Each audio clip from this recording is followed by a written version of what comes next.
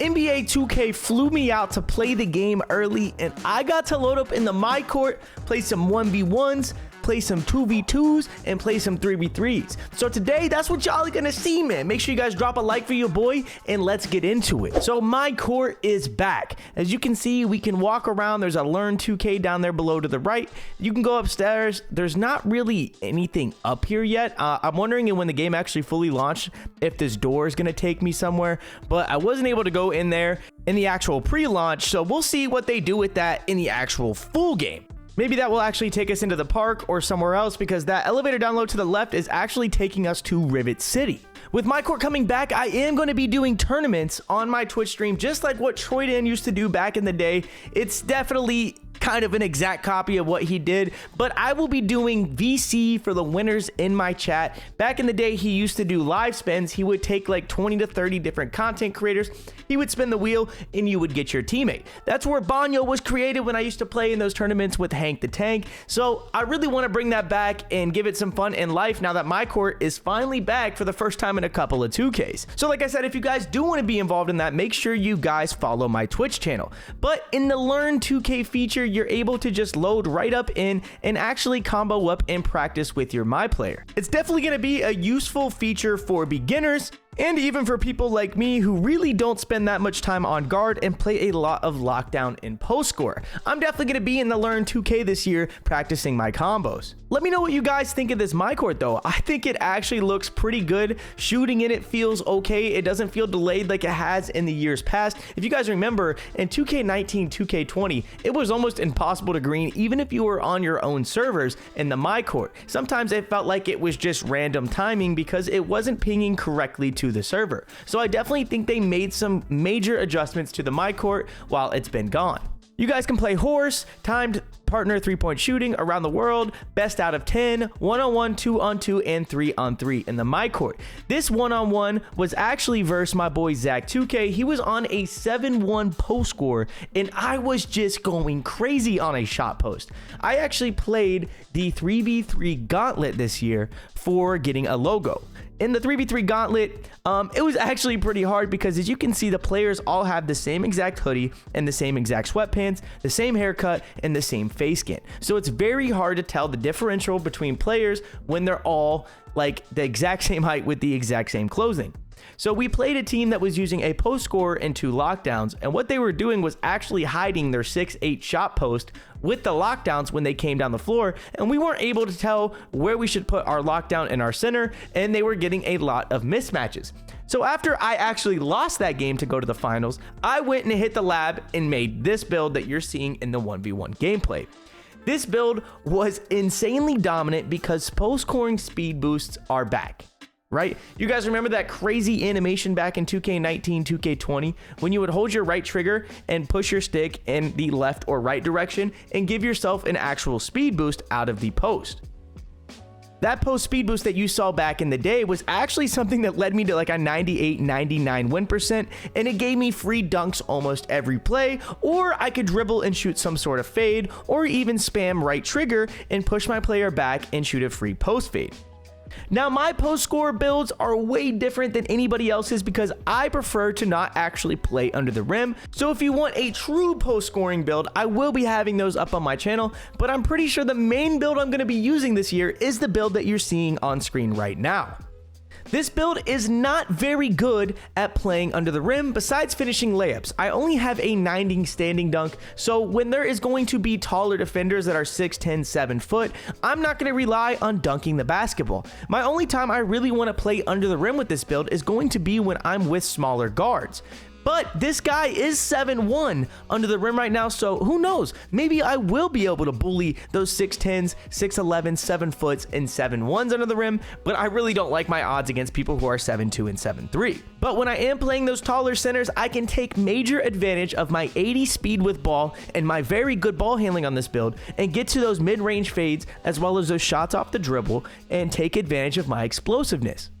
So as you can see, we took the dub in the first game against my boy Zach 2K. So EJ actually was watching that game happen, and my boy hit me up and he wanted to see how his build matched up against mine. I'm pretty sure EJ is on like a 6'4 PG build, and I'm still on my little 6'8 small forward build.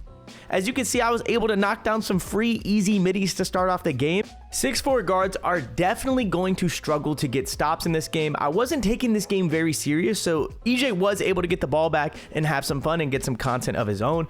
But I'm gonna be honest, bro, if this game were to happen when 2K25 actually came out and somebody pulled up on me with a 6'4" guard against a 6'8" post-scoring shot creator, they're not getting the ball. I really truly felt like I could literally shoot fades over him and get a post spin animation almost every time. EJ started to cook up a little bit though after I gave him the ball and was able to close the gap on me. It's 12-4, he's got the ball. It started to get a little scary. So you know your boy had to play some D, and he still makes the layup. Bro actually started cooking me in the paint with this 6'4" build that had some finishing on it. Layups are going to be very good for guards, but you know I had to get back into my bag and get the free bucket. I started basically just mashing him at this point because I'm not going to lie, I did not want to lose this game. But the best part about this build is when people think I'm going to match them, I can easily just do a little pull-up jumper and knock down the fades.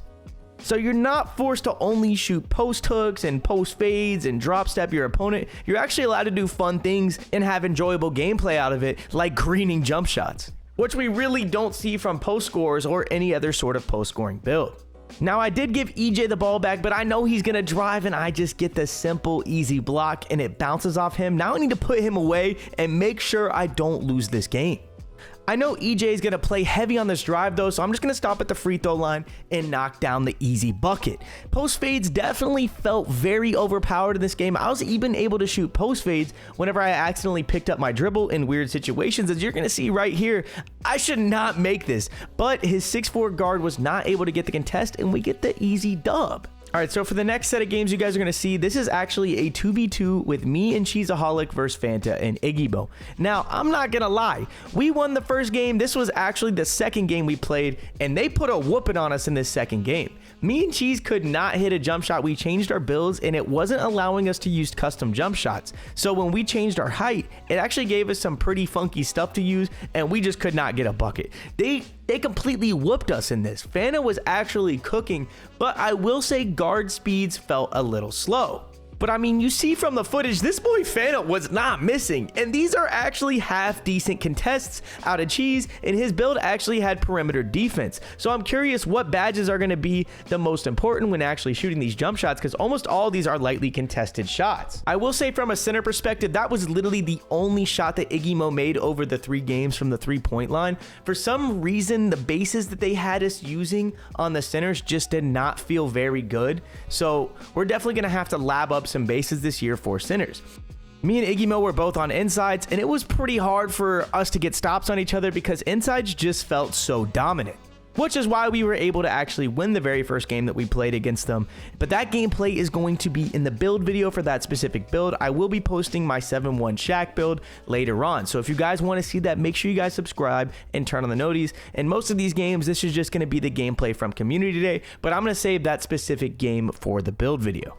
Now, during these games, I actually was able to talk to Fanta and Cheese and get their opinions on what guards they feel like they were going to be playing on. Now, you guys all know Fanta loves BP style builds. So his build specifically in this gameplay actually had dunk, and Cheese's did not. Cheese had literally no dunk in his build. So they're two completely different style players. Now, I will say Cheese was struggling because of his jump shot, but Fanta was pretty chicken. So definitely check out Fanta and Cheese's builds, man. They're always great, phenomenal guards, but they have two completely different play styles.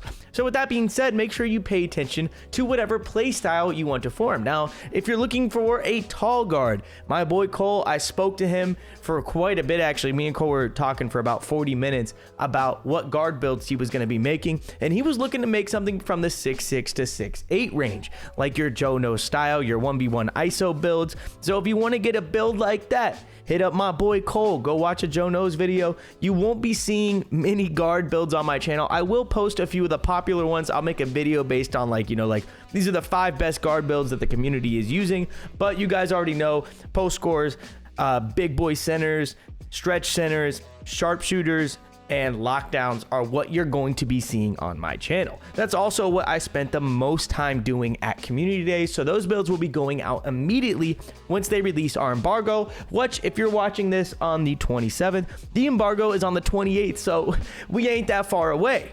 Now let's get on a different subject. The next subject I really want to talk about is the size of the court in comparison to the players. Now they said that they shrunk players on the court. For me, it just felt like smaller guards and anything under 6'7" felt smaller on the court, but those tall centers definitely can still play the sweet spot when trying to steal corner passes and wing passes. I do think they need to still make some adjustments to those tall centers. So for those guys playing Pro-Am, I do think sweet spots are still going to exist for the 7-1 that you put in the corner and that 2-3 zone, or even on the rec. Now, maybe poppers extend to like that 6'9", 6'10" height so they can still play sweet spots on defense, or they'll stay 6'8". That is still yet to come. But in my personal opinion, I really don't feel like the players are small enough yet. I still think they need to shrink centers and power forwards so they can't play two people on defense by accident. Like, there should not be such thing as a sweet spot lane. I genuinely think it ruins the game in defensive rotations. Defensive rotations should not be lazy. You should not be able to play the corner from essentially the free throw line in a basketball game. Maybe in real life you get a couple of lucky steals, but that is not considered a lane in my book. The guard should be able to just step around and throw a wrap pass, or even throw an actual skip pass over your head, but you can't do that in this game. So I would definitely love to see them make another adjustment. Now, this gameplay that you are watching is 3v3 gameplay. This is me, Solo, and DoubleH. This first game is going to be against that's EJ, Wavy Mellow, and I think Dola was their third. I don't remember who was their third. So GG's to them. I'm not gonna lie, we were hooping. That boy Double was getting a meter dunk almost every single time. I'm on a 6'10" that can pop from the mid-range, so I'm able to knock down some easy jumpers. You know your boy was checking. But I made a 6'10" with a mid-range because the 3-ball was not consistent with that base at all. Like, you were going like 3-4 of 10, even if you released it right, because the base was just so slow and it literally felt like you couldn't green it. And on top of that, I couldn't get my meter to turn off.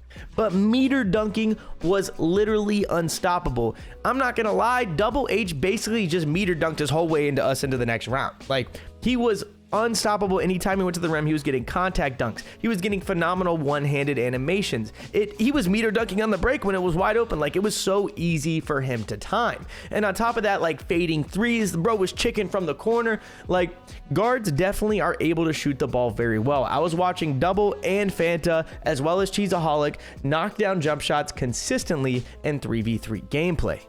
But GG's to EJ and Wavy Mellow, man. I mean, the boys from DF and the XTW member, we looked pretty good in this first game.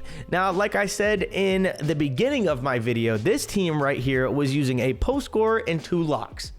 I did not have any higher than a 70 interior defense on this build because we didn't do our research. We had no idea that they were bringing 2 locks and a post scorer to play us in this 3v3 mode. If we would have done our research and watched them play their game before, we would have known that they had a post scorer on the court, and we probably would have played much better against this. We started off up a lot, but eventually we started losing the post scorer because, as you can see, every player on the court right now looks the exact same. And their whole team is all 6'8". And every build moves about the same speed. If you're looking at it, they all genuinely are basically moving the same speed, so you can't really tell the difference from their post score and their 6'8". And we got confused, and eventually Henry was guarding the ball at times and Solo was guarding the ball at times instead of me, and that's not what we wanted to do against a post score and 2 lockdowns. We'd rather me be on the ball and then us just not give up threes or any free buckets directly under the rim, because as you can see by their post scorer, he's not looking to shoot the basketball. So we know we're going to eventually get a couple of stops and hopefully win the game.